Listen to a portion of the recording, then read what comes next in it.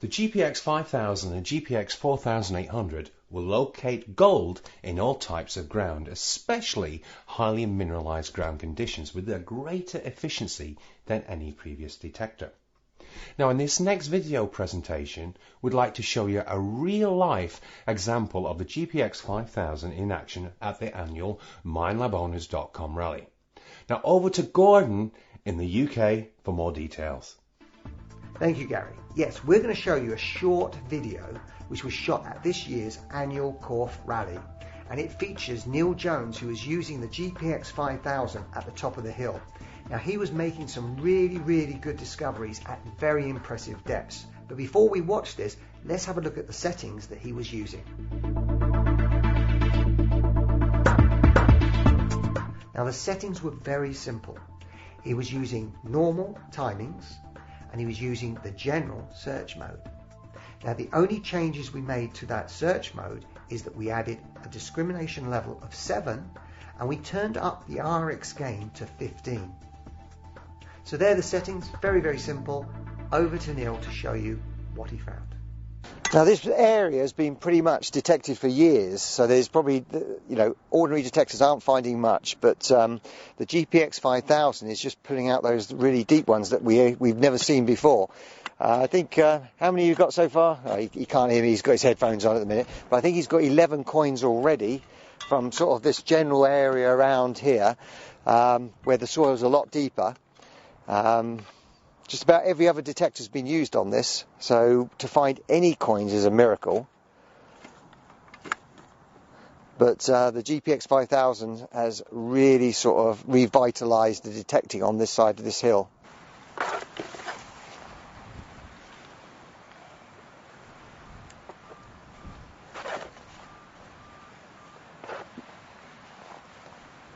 Does it sound like a good signal? Yeah. Yep. Sounds, yeah. And there it is. A nice Roman coin. Nice, not a bad one either.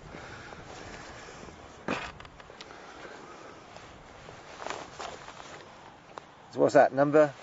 12. Number 12. So radiate type, look.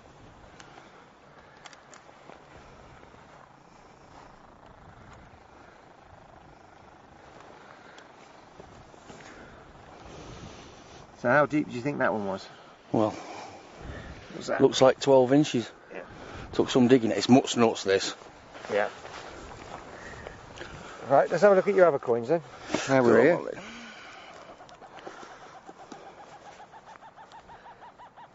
Sounds like we've got a monkey with us. You have really, haven't you? Two of us. This thing's screaming off.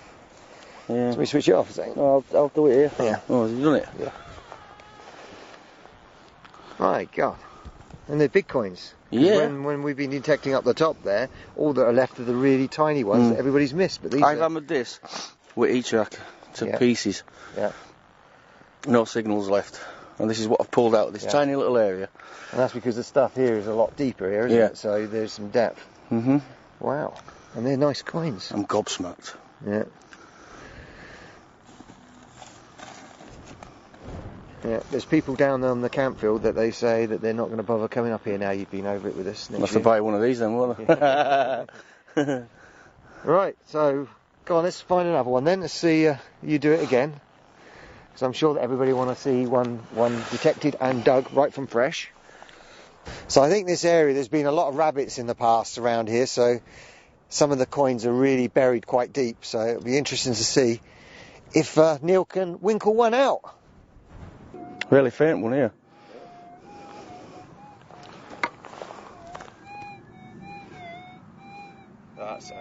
That's usually a deep Roman coin. Actually, we've got one here that really is going to show the true depth of this machine. Here we go. Now you've got to remember, every machine under the sun has been over this side of this hill. I mean, we've had Explorers, we've had E-Tracks. There's probably even been other makes on here as well, which I won't mention. But anything left in the ground here has been missed by all those machines.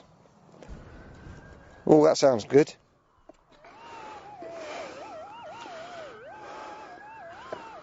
Get your probe out.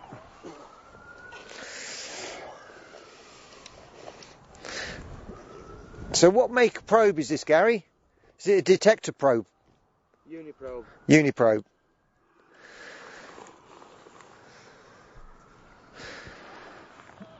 It's a little bit deeper than the Garrett pinpointer probe.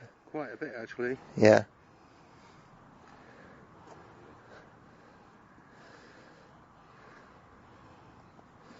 In that corner.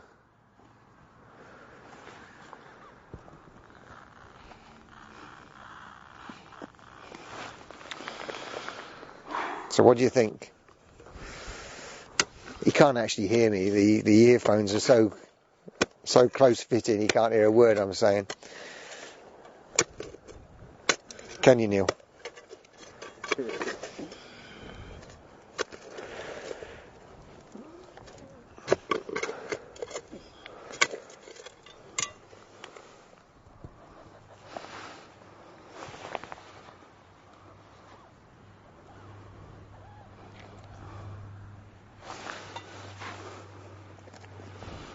Oh.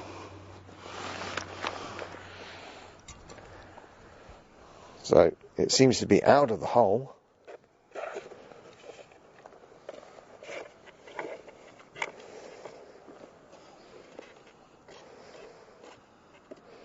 Now the edge of the coil is about the most sensitive area of the coil, so you can pinpoint by turning the coil sideways and swinging it over. That's what you tried to do there. He's now trying to make his pinpoint probe work a bit more better, a bit more efficiently. I think you might have moved it.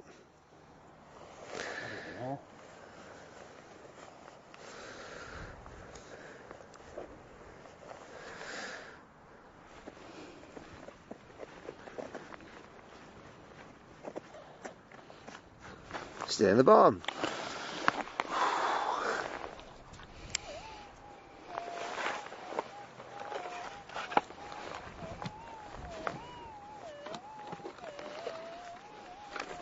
Just move this mic away in case it's picking that up.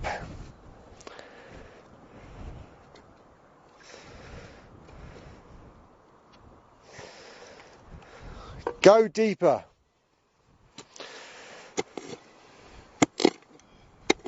See, a lot of times I find that when your signal gets really, really elusive, it's just that you haven't gone deep enough.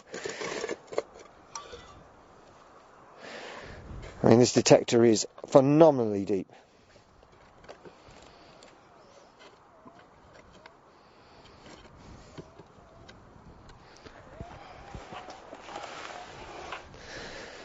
Is that a confusing one? Still can't hear me. Still can't hear me.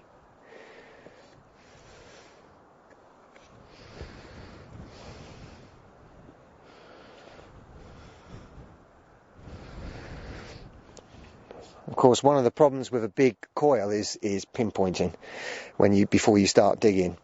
And as Neil was saying earlier, the method we use is we detect over the find, get the signal, move the coil further and further forward until it stops, and then we know that the target is behind the coil. To double check, you can then take the coil back over the find, moving backwards over it, and then when it ends, it will be just in front of it. So if you keep an eye on the spot that you think it is, you can double check it before digging it.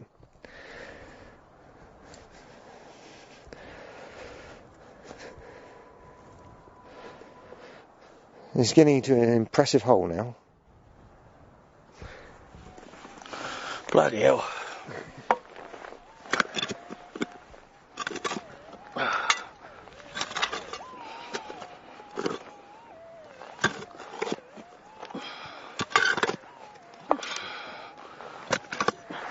And it all started off as a faint signal.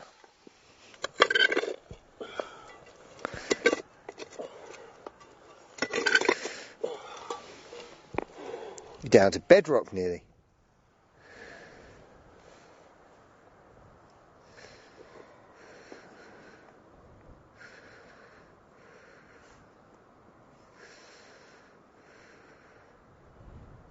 There? Yeah. Alright, so we're down probably, it's over. Oh, it's here, look. I can see it scraping away. There it is. There's the coin. Can you see that? Well, well, it definitely looks green. Well, it did look green. Thank God for that. Right. There. That's not gold, is it? No. Alright. Put my glasses back on again. Says, There it is. Oh. Yeah, there it is. There you go. Get a close up on that. How deep is that? Just, I don't know. That is. Right, that's a 12-inch spade. Quite deep. So we're then talking, what's that, 5 inches on top? 4 inches? Well, let's say 4 inches on top of 12 inches. Is that 12 inches? Must be. Yeah, yeah. That's more than 12 inches, isn't it? Yeah, more than 12 inches. Yeah, so that's going to be, that's good 15 inches, I said that is. Probably a bit more. It's about 17 inch, that. Yeah, okay, 17 inches, and that is a tiny little Roman coin. I think it started off about there, didn't it? Yeah. It's nice as well, isn't it? Yeah. Oops. That's it, don't. Hold it still. Turn it on an angle towards me. I mean, it's not not exactly a solid coin either, Stay so. there. Stay there. Stay there. Okay. Yeah, very good. There you go. Not just for gold, eh? Yeah. Wow. So this is your first day Yeah. with this properly. Yeah, love. So what's your honest opinion? Do you think it's as good as I've been saying it is? You know, it's better. It's amazing. I've only had it, 4 hours? Yeah. And I got used to it like that. Yeah. I'm experienced though, but I'm just saying, got used to it like that. It's a very easy machine to use. Yeah. I mean, there's not many settings on that. Yeah, I mean it's You can use them for relic hunting. Yeah. Only not just gold. Yeah. Oh well, fill it in then.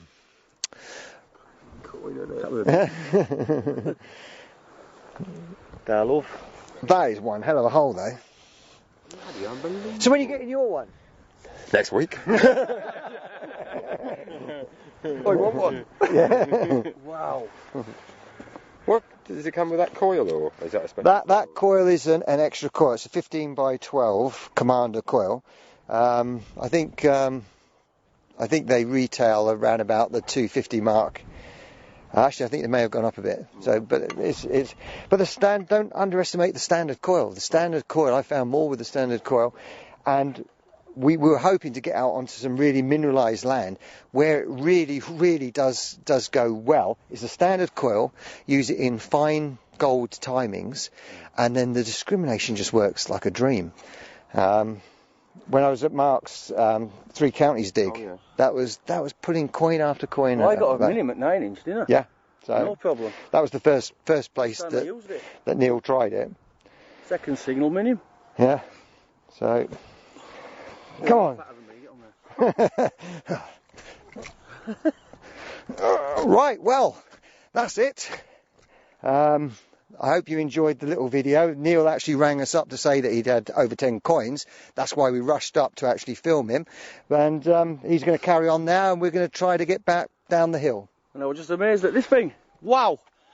What a buzz. What a machine. What a hobby. Excellent.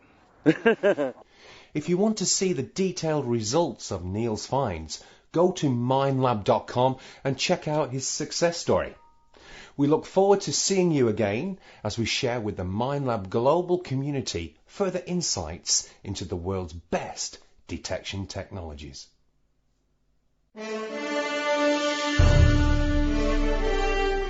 As you've just seen, Neil really did have the depth advantage.